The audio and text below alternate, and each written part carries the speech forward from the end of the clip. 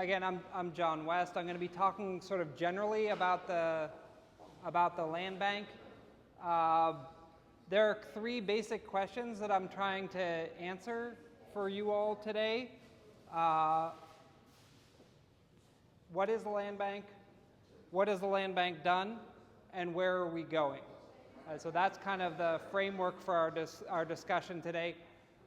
The other thing that I'd say is, like, I spend a lot of time talking to undergraduate students, and they often will stare at me like I'm crazy, and I can never tell if people understand what I'm saying. If you please chime in, I will ask you all questions. Please make this as interactive as you can. I really appreciate your time and attention today, and I hope that we can make this fun.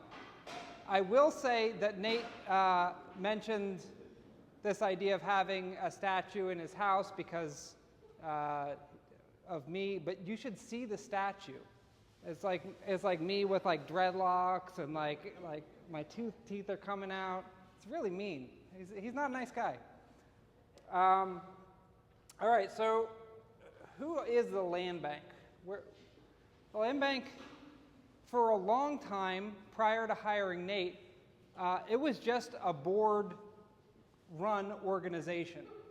From 2017 to 2020, we had no staff, and so these folks, we really did everything. We got the land bank off the ground. Our board chair is Brad King. Heather Williams is our secretary. Jason Donati, who's here, is our vice president. And I think that's all of our, and Annette Phillips is our treasurer. So if you don't mind, if you're on the land bank board, could you raise your hand? If you're in the audience and you're on the land bank board, raise your hand. All right, these are all people that you can ask questions. If you have something that you need from the land bank and you know one of them, please don't be afraid to approach. Our board is 9 members, and then in addition to that, we have Nate as our only staff member. Right, so everything that you see that the land bank does, anytime you see on Facebook, on all of the different meetings that we put together, that's Nate's initiative. And then we're very fortunate this year to have a number of interns working for the land bank. If you're an intern for the land bank, will you please raise your hand? Okay.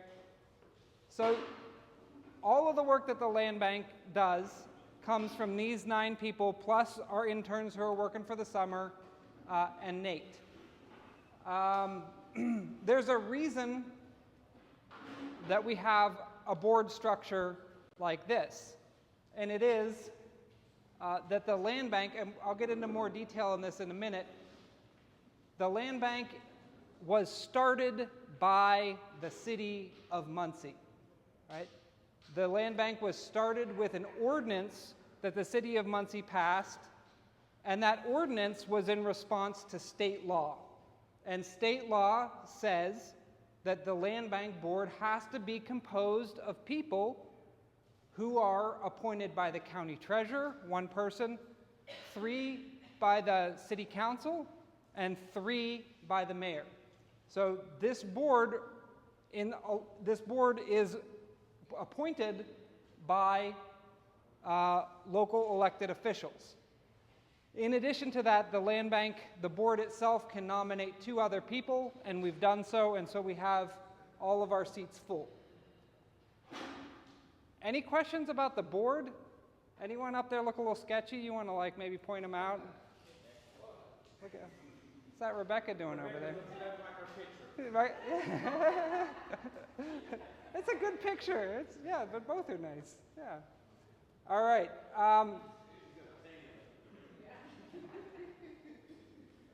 So these words are really easy to say, right? The land bank's mission is to acquire abandoned and blighted property to preserve it, and to provide it to the public for strategic redevelopment. When you put it in a sense like that, it seems like really easy work. Oh yeah, we're just acquiring property. Like that's but we just had a conversation before I started talking up here with Representative Councilman Mack over here about one property in Whiteley. And in order to acquire that property, you have to figure out who owns it, right? And a lot of times with abandoned and blighted property, the ownership structure is really convoluted because people have stopped paying taxes on it. And if that's the case, then you got to go to the county. You got to ask the county for that. You got to beg and plead the county for the property. And then if you do get the property, you have to go through a long legal process in order to clear the title so that you can actually develop stuff on it. So each of these words here, acquire, preserve, and provide, you should think like hundreds of hours of work, right? It is a lot of work to do land banking, but it's a very simple sentence, and it gives you an idea of kind of the three functions of the land bank: acquire, preserve, and then reuse it.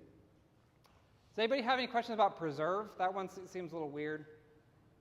So oftentimes we'll get a property, we'll acquire it from the county, or we'll buy it from a private individual, and let's say that there's like a little hole in the roof that's this big, right? If you leave that hole sit there for 6 months, especially over the winter, your whole house is going to be ruined. So a lot of what the land bank does after it acquires properties is like real minimal repairs to kind of keep the house intact. That's part of our preservation process. Another part is we pay a lot of money for people to mow grass and trim weeds. So that's the preservation.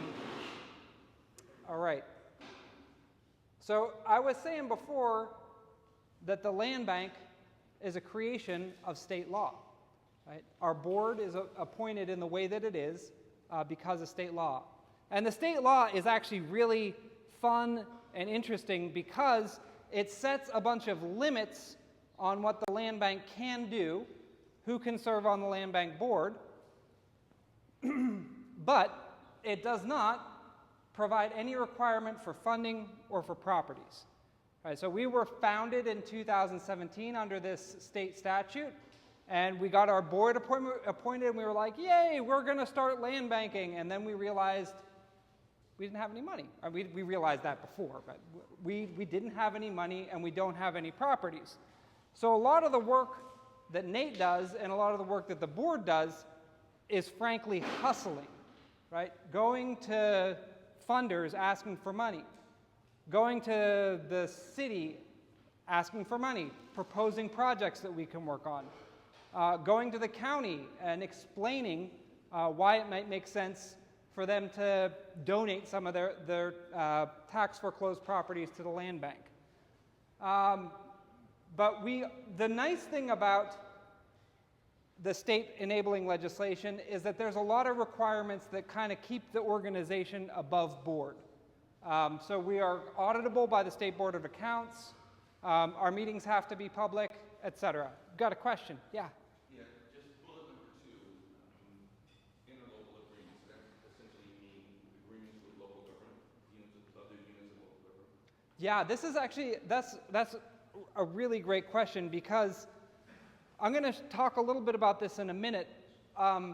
Because we don't have funding or properties, in a lot of ways the land bank isn't able to practice in the way that land banks in other states do. Other states have requirements that counties give property and funding. And so our way of achieving the same thing is by signing contracts. That's an interlocal agreement. It's a legally binding contract between, say, the county and the city, or the county and the land bank, or the city and the land bank. And we've done a few of those. But we're looking for interlocal agreements that kind of resolve these issues for the land bank. The issue of how are we funded and where do the properties come from. Okay, so the state created the context, the city passed the ordinance, And so the land bank is what's called a government instrumentality.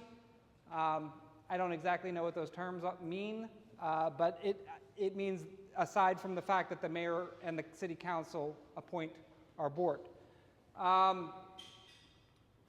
And again, with the city ordinance, there was no sort of requirement for the city to fund or to provide properties for the land bank.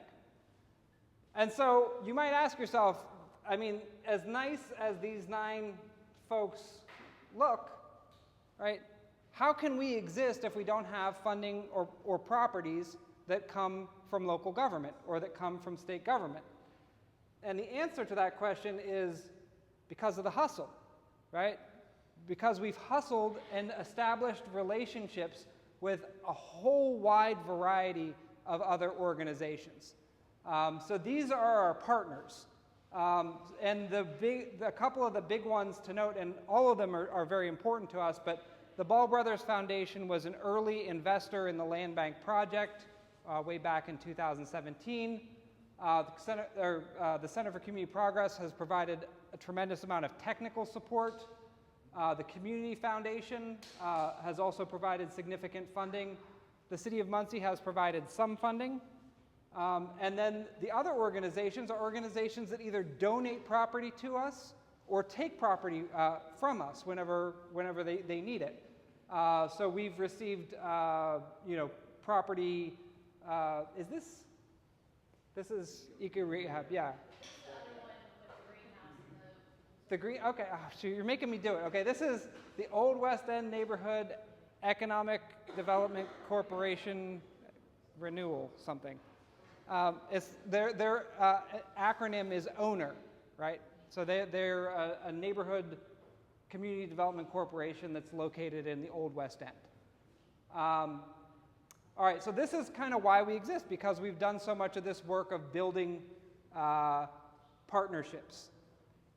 Now, partnerships and talking to other people and having meetings is a lot of fun. It's kind of like it could be a whole world.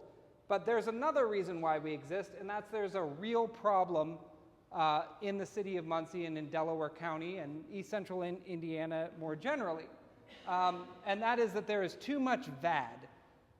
VAD is an acronym that stands for vacant, abandoned, and deteriorated properties. You don't have to remember all 3 words, just remember VAD is bad. Right? Those are the properties that have the trees growing through the roof, that have the weeds that are super high, or that have the broken windows. And you can see that, like any kind of property market, if you're in Fishers, if you're in Indianapolis, if you're in Chicago, if you're in New York City, there's going to be a percentage of those properties that are vacant at any time. Has anyone in here ever purchased a property? Anyone? And the reason you're able to purchase that property is because someone moved out of it. It's vacant. You can move into it, right? You need to have some vacant properties in order for a property market to function. However, a healthy vacancy rate is between 7 and 5%. Right? So at any given time, about 7 to 5% of the properties are vacant. And in Delaware County, we're more than double that. And in the city of Muncie, we're about triple that.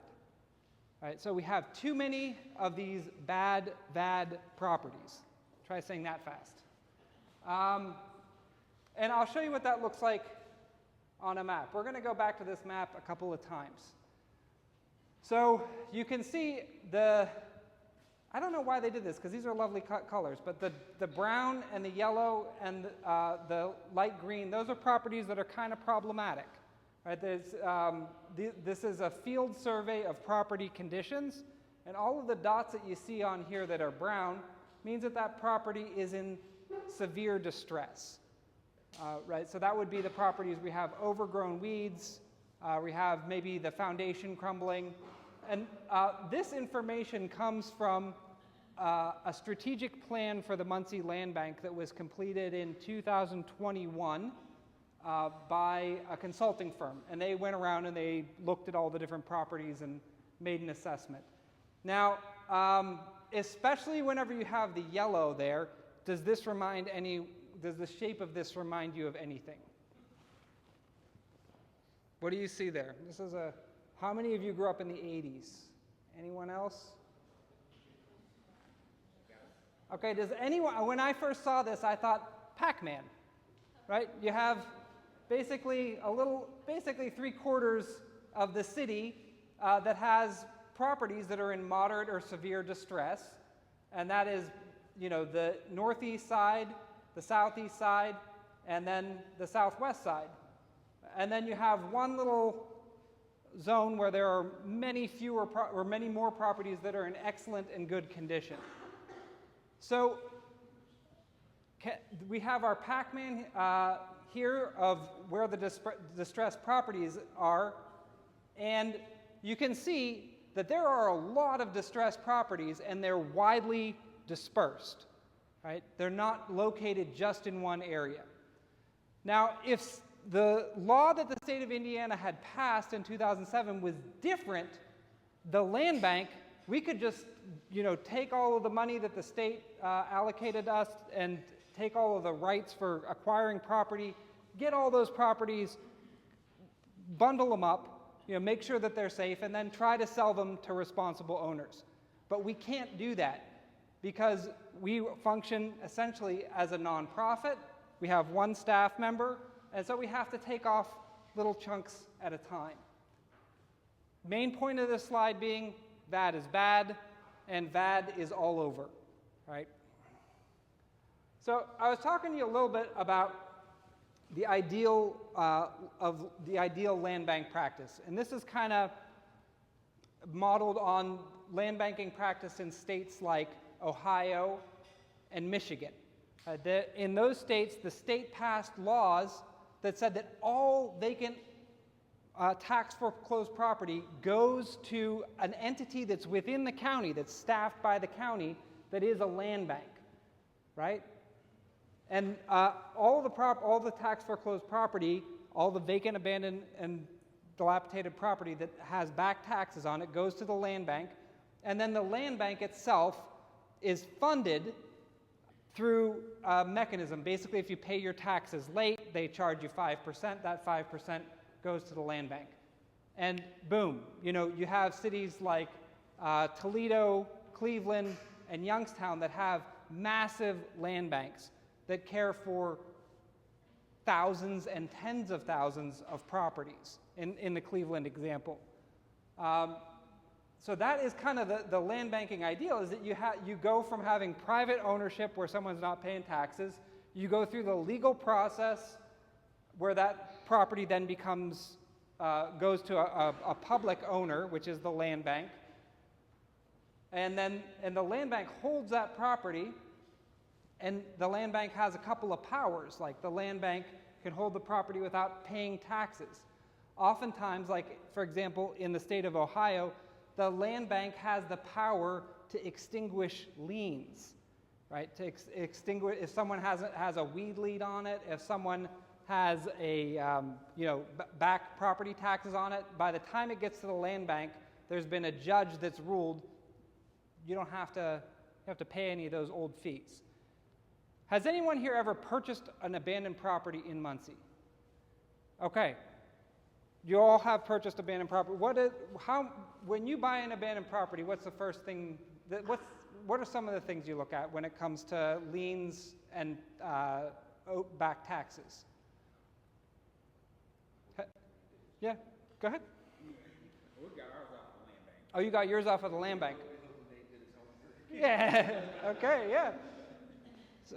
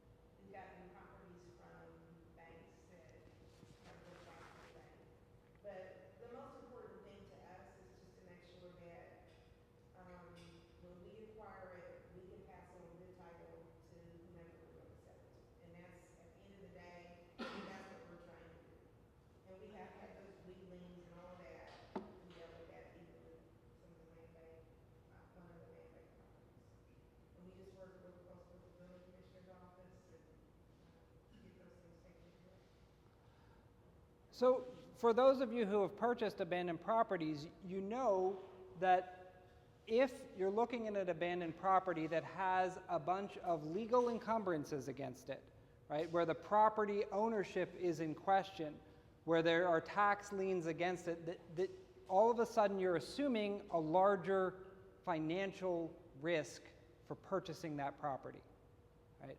So if we sell properties all the time for under $1,000. I have seen properties that are exactly the same with $32,000 state tax warrants on them, with thousands of dollars of weed liens from the county, or from the county and the city on them. So in addition to paying the cost of the property, you also have to assume all of the legal stuff that comes along with that property. And one of the things that the land bank does is that any land bank does in ideal practice, and we do as well, is we make sure that all of those legal encumbrances are taken care of before we turn it over to a next property owner. We want to work with people who have good ideas for property. Those people who have good ideas for property don't always have a law degree in property law. I mean, it gets really complicated. So we hire the lawyer, we clear the liens. And in ideal land banking practice, that process is not very costly. For us in Indiana, it is quite costly. You have to hire a lawyer. Or we do hire a lawyer. I don't know if you have to. Okay, and so the final step is that the property goes back to private ownership. Right? The goal of the land bank is to sit on and hold and keep safe any property that is vacant, abandoned, and deteriorated. But then at the end of the day, we want to sell it to the next buyer. So I would trust everybody in this room to buy a Muncie Land Bank property. You all look like upstanding people. However, a lot of times what happens is people have half-baked ideas about what they're going to do with property, or they just buy property because they think that it might be in a nice place where someone in the future is going to want it, and so they're sitting on it to speculate, right? And so in order for us to turn the property over to the private owner, the first thing we do is have a conversation with the buyer. We ask them to fill out a form, we collect all of their information, we try to understand what their motivations are, and if they're able to actually do what they say that they're going to do. Can I ask you a question? Yes, absolutely. What was the political obstacle or to making the Indiana land banks like the neighboring states, or the political influence that make it like it is? That's a big question. So I would say that the biggest obstacle, I don't know, because so the state legislature in Michigan and Ohio, they were Republican-controlled legislatures when the land banking laws passed, right? And the founder of the most successful land bank in Ohio, who really pushed the state legislation, was himself a Republican and sort of able to negotiate in that sphere. Indiana also had a Republican-controlled state legislature at that time, but they were less interested in going as far as their neighboring states. I think maybe because in 2016, when the legislation was taken up, Ohio and Michigan, they still hadn't produced results, right? We didn't have the examples that we do now that show kind of the success that land banks can have.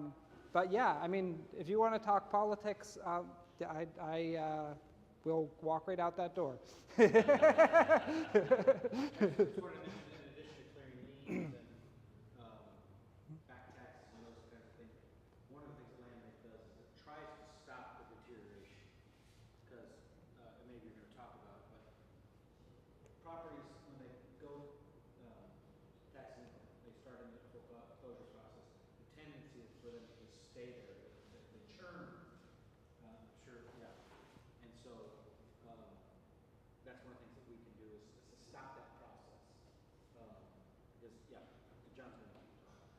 So it's really good, and I wish I would have. One of the things that I want you all to think about in your head right now is like a banana that's just before it's ready to be ripe. Right? A little bit of green on it, but mostly yellow, right?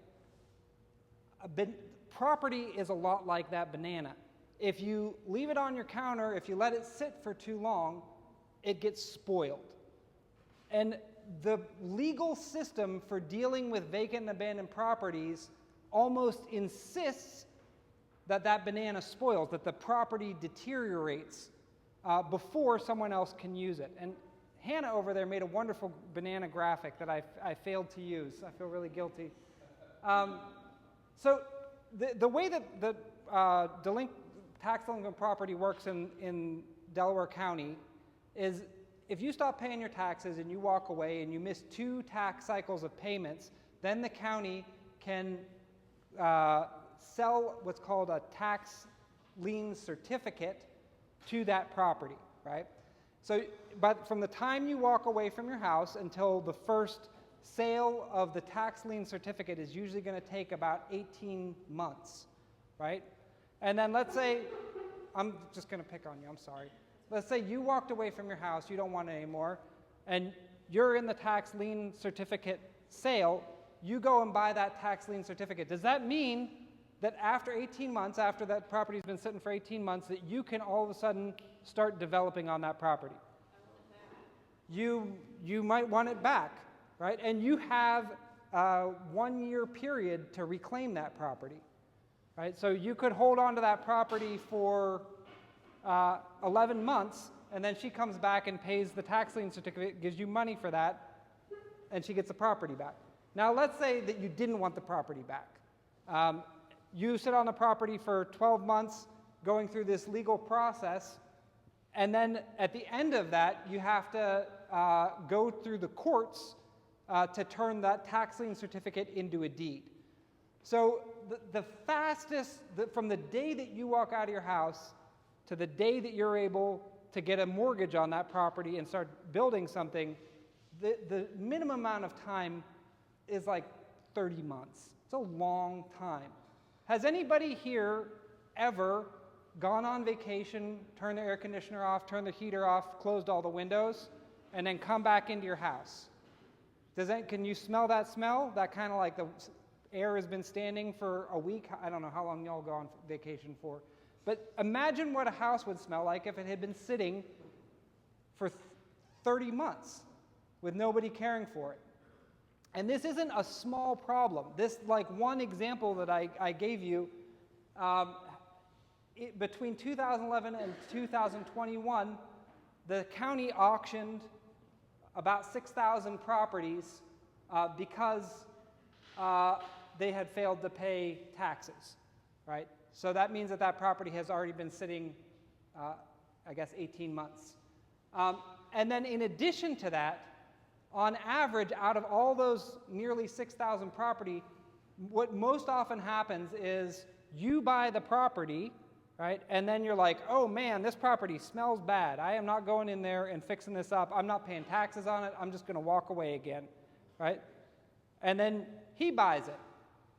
So on average, 3 different people, the properties go through the tax lien sale on an average of 2.8 times. So those properties are just sitting there for a really long time.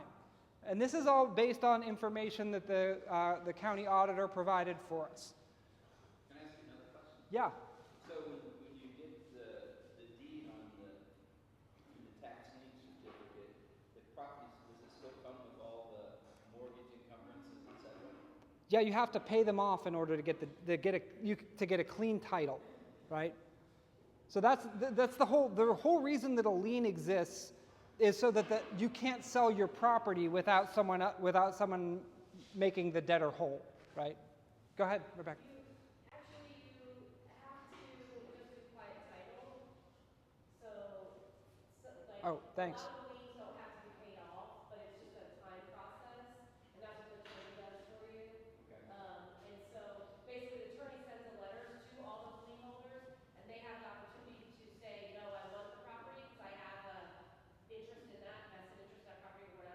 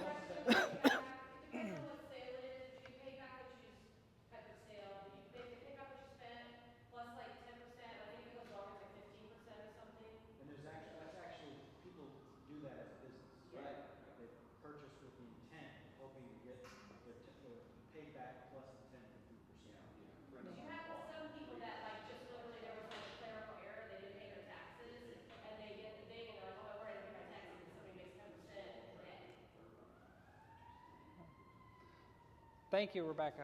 Thank you. So, I mean, if we're talking about the reasons why the land bank exists, one of the reasons is this issue of property recidivism. It going back and forth through these legal cycles that slow down development. And then the other reason, and this is actually going to become really important when we start talking about our development proposal, is that most of the vacant, abandoned, and dilapidated property in Muncie is owned just by small groups of people, people just own one or two properties. So there's no way to kind of assemble properties for larger development projects, right? So, I'm sorry, sir, what is your name again? Aaron, so you work in community development, and you know that in order to make a development make sense, sometimes you need to have 3 or 4 properties that are next to each other so you can get those economies of scale and build the size of housing that you need. And if you're dealing with 3 or 4 different owners instead of one land bank, then you have to do all kinds of different negotiations. So there's a lack of coordination in vacant and abandoned property. Okay, so does anybody have any questions? That's kind of like a very quick primer about what the land bank is and some of the reasons that we exist. Yeah. Mm-hmm. Okay, so if there's just one boarded up property on the lot, you guys aren't interested. We are. So what we do. Okay, that's okay. Yeah. You said groups together. So this is the thing, that if you're a developer coming into a neighborhood and you have to negotiate with 5 or 6 different owners who all have their own motivations, it's going to be harder to assemble the property that you want. The land bank, on the other hand, if it owns several properties in a neighborhood, then we can just give that to the developer who has a good idea for fixing up the neighborhood. And we'll get to an example of this. So we're working in the Old West End, and the first step that we took was thinking about what are the properties that are most developable. We acquired all of those properties by buying them, by going to the county, and then we were really appealing to developers. Developers were coming to us saying, can we build something on this? So our function is to coordinate. Right? The way that things are right now is very kind of messy. Can I ask one more question on this? I think it's still where this number on.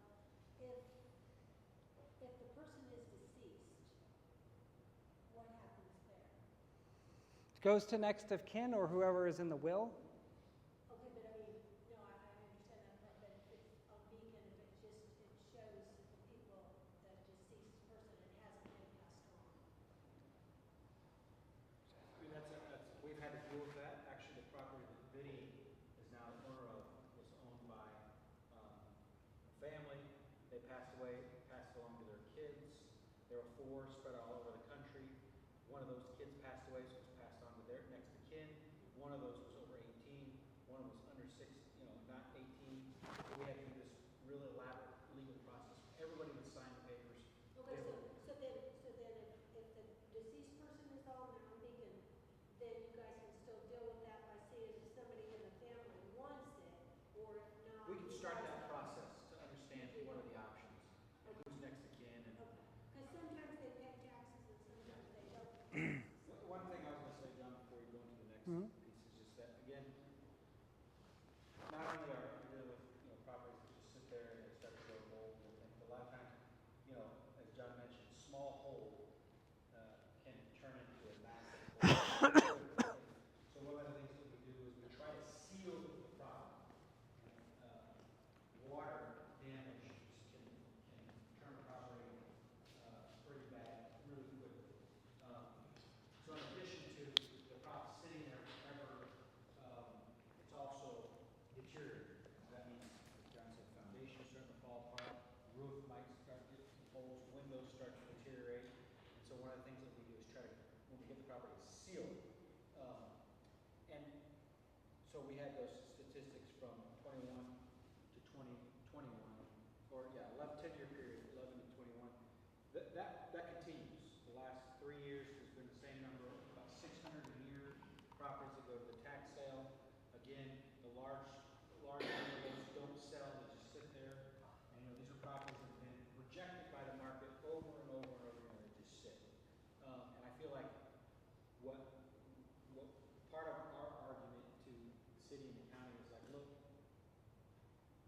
there is, this is an alternative way to deal with vacant and abandoned property.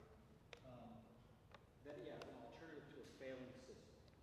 And it requires change, it requires collaboration, it requires a long-term perspective, it requires some investment, which are all hard, but it's all possible. And so that's what we're always talking about. There's another way, and we can help. We can help with that. We're not the silver bullet, but we can help start a better way of dealing with property that goes tax delinquent, and then anybody and their brother from across the country can grab those properties. There's no vetting, and that's why we have more and more out-of-state folks that are owning properties, and we have more and more properties that were once affordable, part of our affordable housing stock, now just turn into renters, and decreasing quality, just the natural progression of the problem. So that's what we're doing. Yeah, so I want to, like, if you can in your mind, oh, go ahead. Uh-huh. No, so I just wanted to ask, so I write a lot about housing under supply, that issue national challenge for the country. And one of the things that I observed the most is that significant issues that local governments, local communities typically have no strategy as it relates to how they're going to address housing under supply. It's becoming a more and more acute problem, but local communities often don't have any strategy, any theory of change about how they're going to address it. So, to the extent that the land bank is intended to address lack of coordination, strategy, and public input, what's the strategic part? So that's a really great question. We talked at the beginning about interlocal agreements. Right? The strategy from basically day one has been to try to enter into interlocal agreements with the county, the city, and the local redevelopment commissions in order to secure funding and property. And now, we started in 2017 as just the board. We couldn't do much work. And so the second step to that strategy is to prove our worth by hustling, right? I want to show you what our budget is, right? So our total income last year for the entire land bank is about $200,000. Do you all remember Pac-Man back there? Do you remember the 6,000 vacant and abandoned properties? $200,000 doesn't get you very far in addressing 6,000 vacant abandoned properties. And so what we have tried to do is we've tried to narrow our focus and do things in a strategic fashion so that we can prove our worth and make a better case for those interlocal agreements. So every time we do something, Nate is at a Muncie Redevelopment Commission meeting saying, hey, look, we did this. We talk to our city councilors. We say, hey, look, you know, that property that was a concern to you in the Old West End, now we own it, and here's pictures of it mowed. Every time the county gives us property, we report back to them and show, oh, we have gone through the legal process, we own that property, and here's where it's going next. So the answer to your question is twofold. The long-term strategy is to enter into these legal agreements. The short-term strategy is just to hustle, to show that we can do the work. So this is our funding. Most of our funding comes from donations from local foundations. The city and the MRC entered into an agreement with us where we processed a certain number of their properties. That contract is nearly up. It's expired. We make a little bit of money on our land sales, and then we had a Facebook fundraiser where we raised $1,000. All right. And our expenses. I mean, this stuff costs a lot of money. You all were talking about clearing title and getting deeds. That's mostly what this is. $35,000 to basically to pay lawyers to make sure the property is ready to go. Running our office. Property maintenance is, you know, the mowing, the covering of the roofs, that kind of stuff. So the money that we've spent on mostly acquisition is, you know, $15,000. These meetings are pretty cheap, $2,500, and then Nate's salary and the office. Okay, so what have we accomplished with that money? 65 out of 129 properties have been sold, and Zach in the back there is in the process of updating all of our files with current pictures of where how the property looks today, making sure that the people who have committed to doing things on those properties are doing them, so we're checking up. And we received 45 of those properties in March from the county commissioners, and I think I actually have this statistics here. Oh, let's see if I have it here. No. Okay, yeah, if you look real close here, you can see that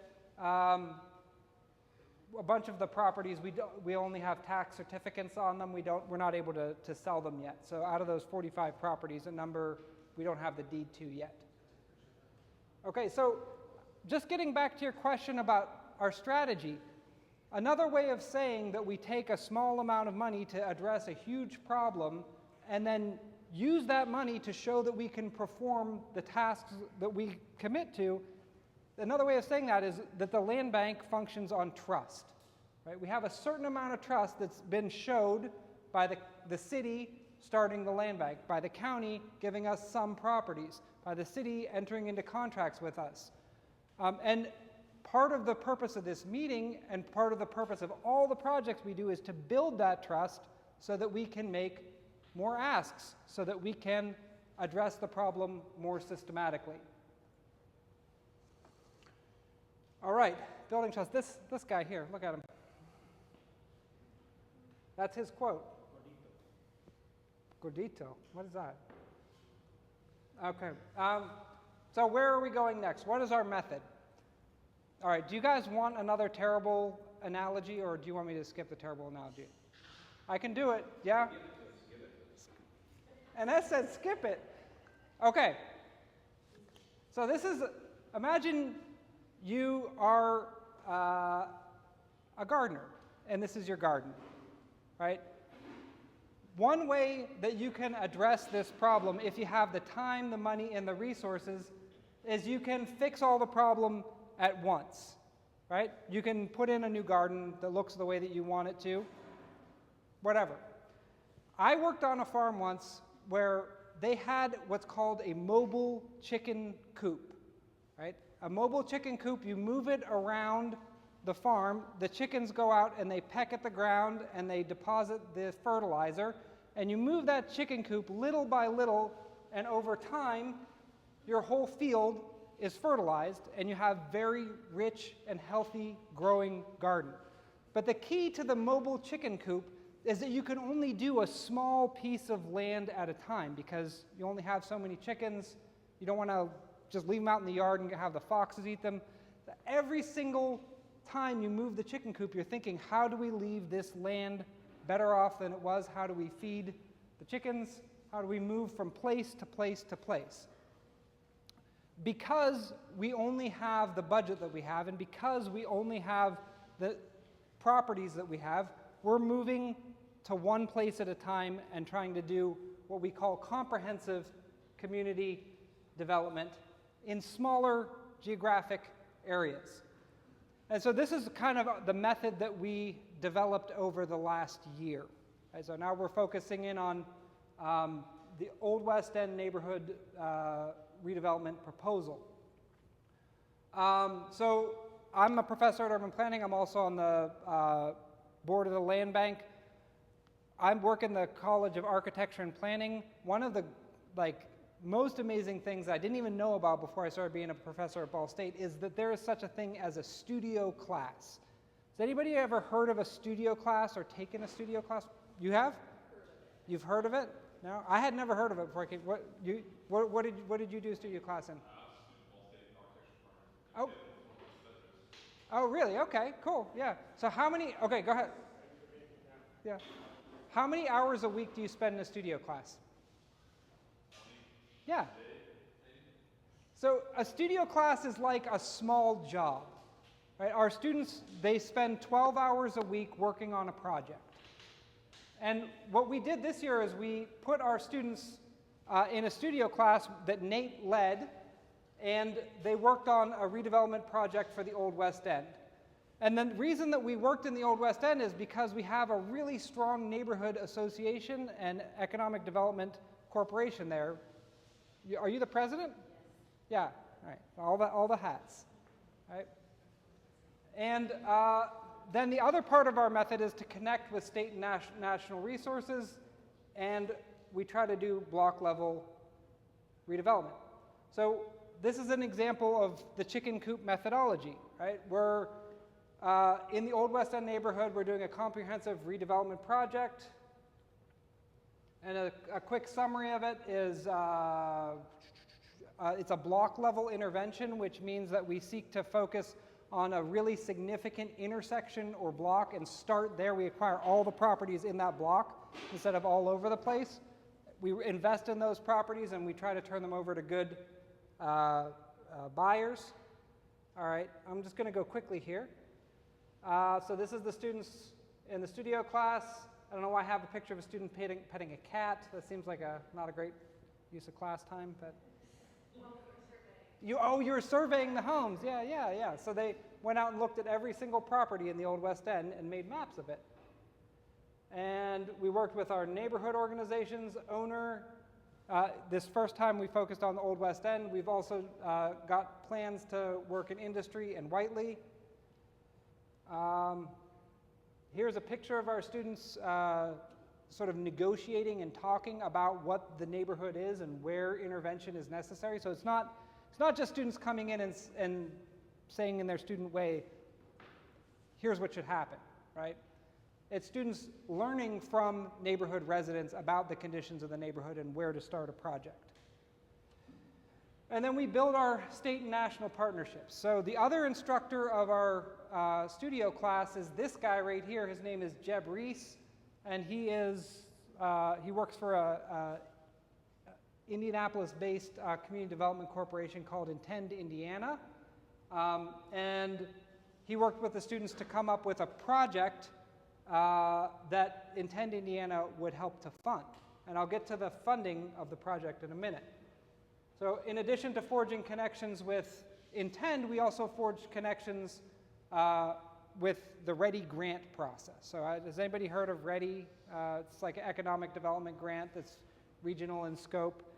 Nate's been all up in their business for the past 6 months putting forth this plan. And I had to put this picture in here. I went to, where was that? Austin, Texas? With our county commissioner and someone who works in regional economic development, just trying to explain what the land bank is. The conference that we went to was a national conference on vacant and abandoned property, and by the end of it, I think that we had a much stronger understanding of what best practice is. And here is a picture of, we did a neighborhood tour with two of the decision makers on the READY grant allocation, trying to explain what is this proposal. And as part of the READY grant process, we were able to establish a rough understanding of who was going to contribute what. So this is kind of our, this is our matching funding that comes from all of these individual community development, nonprofit, and philanthropic organizations. And then we're asking for that much from the READY granting process. Right? But our match is about $18 million, is that right? Or is that the total project cost? Our match is, When I say our, together. all of these organizations together have committed about $18 million, and then we're asking for an additional $4 million from READY. And so what does that look like? Right? It's block level revitalization. So the land bank, by working with the county and also by going out and purchasing property, has acquired these properties here in this specific neighborhood. Think chicken coop, again, small part of the big problem, where we're doing some remediation for a while and then we're going to move to another spot. And we've acquired these properties in a cluster around the eco rehab yard, just north of it, and then up into the neighborhood with the idea of these are the properties that we can control, we can do a good job of redeveloping them, but it's really the private market that's going to have to transform the whole neighborhood. Can I ask you a question? Yo, go ahead. I don't mean to dominate the question asking. What have you done to identify the buyers of these future homes in the project? So that's a really good question. I'll talk about our general process for any old vacant and abandoned property, and then Nate, you can talk about specifically for whenever we're trying to do something else. So for any old vacant and abandoned property, we have a monthly auction where we sell basically vacant lots. So that's one way that we get our message out there. We get people to bid on properties. Do you have any other kind of?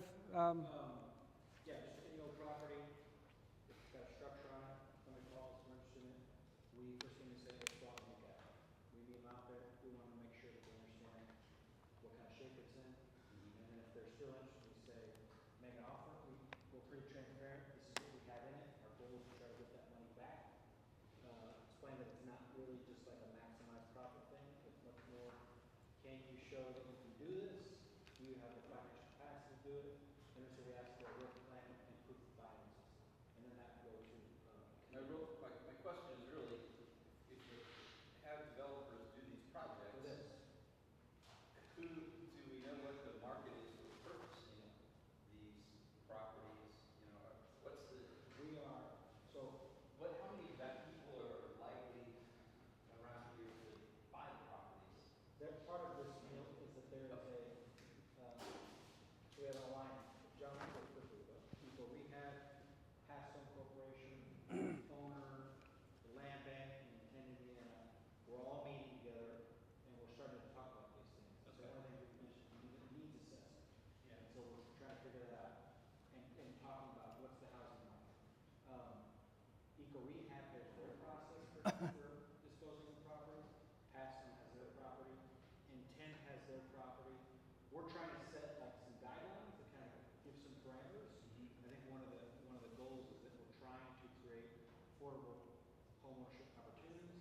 We want to try to prioritize folks that are actually in the neighborhood, and we do have a process for that. That's being developed. These properties that were the large swath of these properties that we're hoping to use in this project, we're not going to take full ownership till fall, so we have the next 4 or 5 months to figure out those things. Okay. But Asking, like, are you talking about the end product, like the new construction infill? Yeah, Like, you're asking if people want to live in the Old West End? Yeah, well, what the housing slot is. I think one of the recent talks we had, there's a need for 110 to 150,000. You shared like the houses in this range real quickly. In 10, which is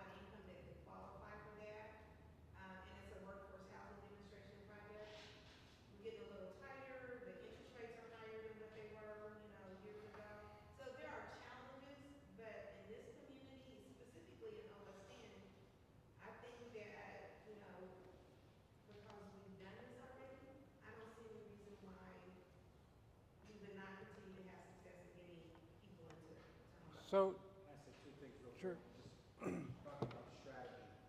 You know, one is that there's a lot of organizations like Eco, Capstone, Owner, Habitat for Humanity, Urban Light CDC, others that have been doing great work all at once for a long, long time. One of the things that we have found as a land bank is that we can help to convene and maybe try to focus impact a little bit by gaining site control. And once you get property, then it makes it much easier to say, okay, can we start to coordinate a little bit more? And then the other thing is like the Old West End is a neighborhood that's between downtown and Ball State. It's close to the downtown core, which is something that Muncie and Delaware County have prioritized, is like strengthening downtown. But it's an area, Old West End is an area that somebody described to me as like a, I don't know if this is a book, it's a seductress. You know, it draws people in because it's this beautiful area, it's got some historic character, it's close to the river, but for for-profit developers, it's been challenging. And so one of the things that we hope to do and model the city is like, if you get together all these nonprofits who have all these different tools, different programs, different experiences, the nonprofit community can be the impetus for then for-profit development to kind of come in. Once there's something like a bastion kind of established, once there's comps, once people can see that it can be done. So that's another part of our strategy, is hoping to be the impetus for them for-profit to be able to join in. And the thing that I really liked about the meeting with intent is that they have, because they are CDFI, they have some financing opportunities that don't require the purchase price to be super low. So it can raise the price for Cubs to more of a market rate, but still with their the way they have financing, it keeps it affordable for like the 80% in mind. so just on this point, Jeb was saying, I was talking during the presentation to the Ready group. I was asking him, so you were saying that the price of the house stays high, but the interest on purchasing the house is low because it's a community development finance institution. So they're able to offer loans around 2% when the going rate is, did you say 9? It was 7, yeah. So in doing that, that means that the monthly payments stay low even if the value of the house is high. Because the problem that oftentimes you have whenever you're doing low-income housing is if you're selling houses for cheap, then the value of housing in the neighborhood stays cheap, right? It never goes up because the amount that the house sold for is $110,000. Right? That's what you need to do to get low-income folks into the houses. But if you have that lower mortgage payment, you can keep the value of the house a little bit higher. And the market sales in the Old West End recently, we are approaching like pricing just on the open market that it does allow for some development. Owner-occupied sales on the normal, like just typical market, we've had sales from 170 to 260 in the neighborhood, which helps at that pace. Because if you want them, again, think about the Muncie Land Bank with its very small budget. We cannot pay to fix up every house in Muncie that's vacant, abandoned, and dilapidated. The city of Muncie can't do that. The county can't do that. But if we prime the pump, if we start in small areas and increase the value of some of the housing through these processes, then the market will come in and people will take out mortgages, and those mortgages will be used to purchase the house, maybe to do some rehab, and all of a sudden you not only have us doing it in the county and the city, but you have, every individual who's purchasing a house. And just to put a final point on your question of, do we think we're going to sell the houses? In Tend, Indiana, which has done this in a variety of other cities, just said that they sold their 100th house, and they've never not sold a house that they've rehabilitated. They had one that came back to them because someone got sick or something, but then they were able to resell it to a new buyer. And that's the other thing that's kind of cool about these models is you can you know, you can work with the buyer to try to, you know, make sure that they're able to stay in the house. I'll just say, I don't want to talk too much, sorry, but I'll just say one more thing about the buyers that purchased the rehab, capstone houses. They have all, I don't think anyone's moved. When did we do your first one, like 12 years ago? 2013. And he's invested in the property, the homeowners that have purchased those have invested over time and they're involved in neighborhoods and the community and whatever. And so it attracts buyers that want to be in that environment and be a part of the community.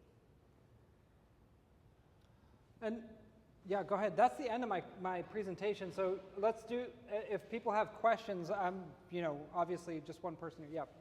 So if they can't stay on the property or they pass away, does it go back to you guys or to your fellowship? This is a really good question. So one of the things that you've been working on, Neil, is there are different ways of selling property, right? You can continue to own the property and rent it to someone, you're a landlord. You can just sell it outright, and then if that person gets into trouble or passes away, then you sort of end up back at square one. We've been exploring the possibility of what's called a community land trust, where the land bank, or not the land bank, where the community land trust would retain ownership of the land, right? And so if you wanted to sell that property, then you would have to meet the terms that the land trust set up. I was thinking, what, somebody could just turn around and keep it for a little while and then sell it to somebody else and then do Yeah. that. In the LSN neighborhood, is that neighborhood largely typified by existing homes, and so you have existing vacant homes as opposed to a lot of existing vacant lots? I'll let the president of the, It's both. There's a lot of vacant lots. The issue that has, like, the old West End forever, is the houses are really large, so they're split up, and many times by slumlords, and they're not in good condition. So, as we can get more homeowners, that will hopefully help in West End. It's always going, I mean, it's an urban neighborhood, so it's going to have a mix of rentals and home ownership all the time. But it's trying to get maybe some people that like to live in the neighborhood out of some of that substandard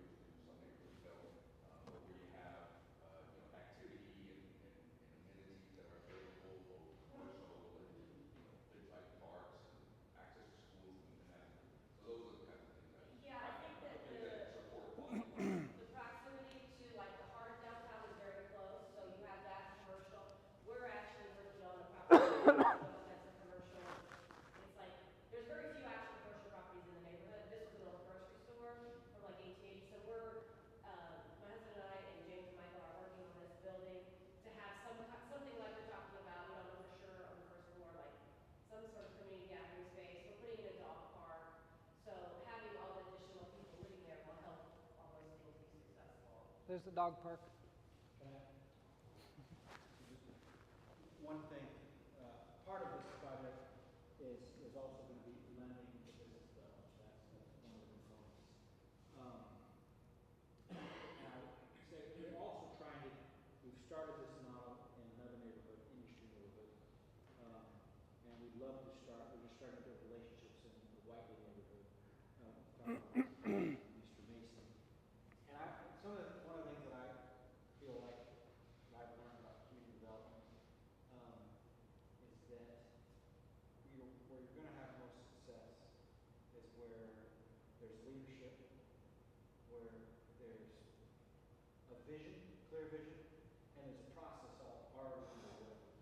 And so I think our role is to just plug into that, that piece.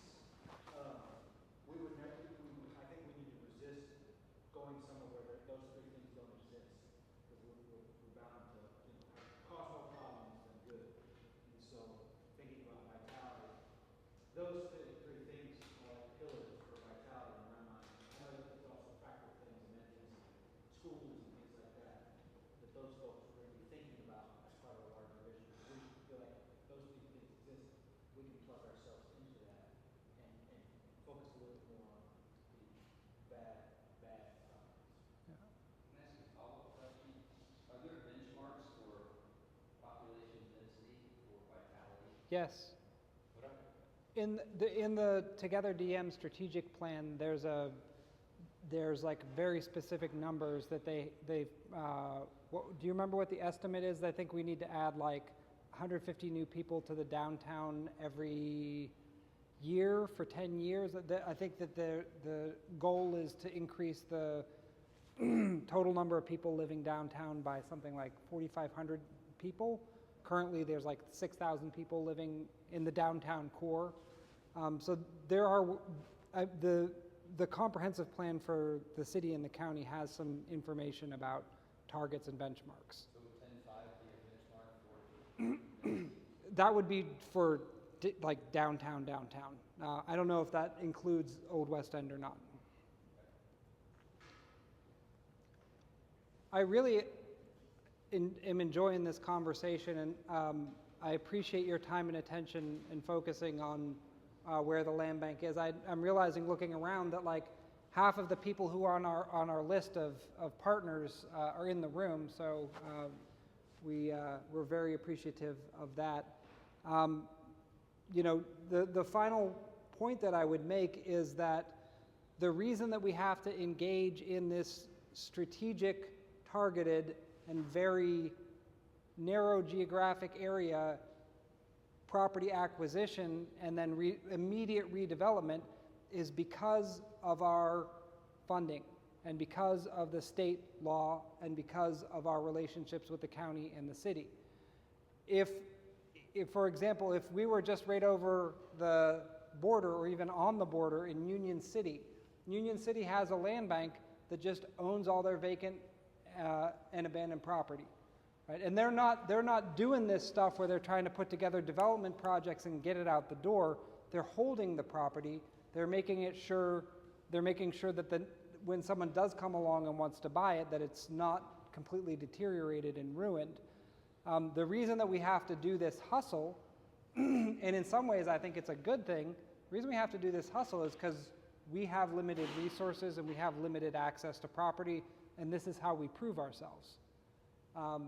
So, yeah, that is where we are. That is our method. Thank you.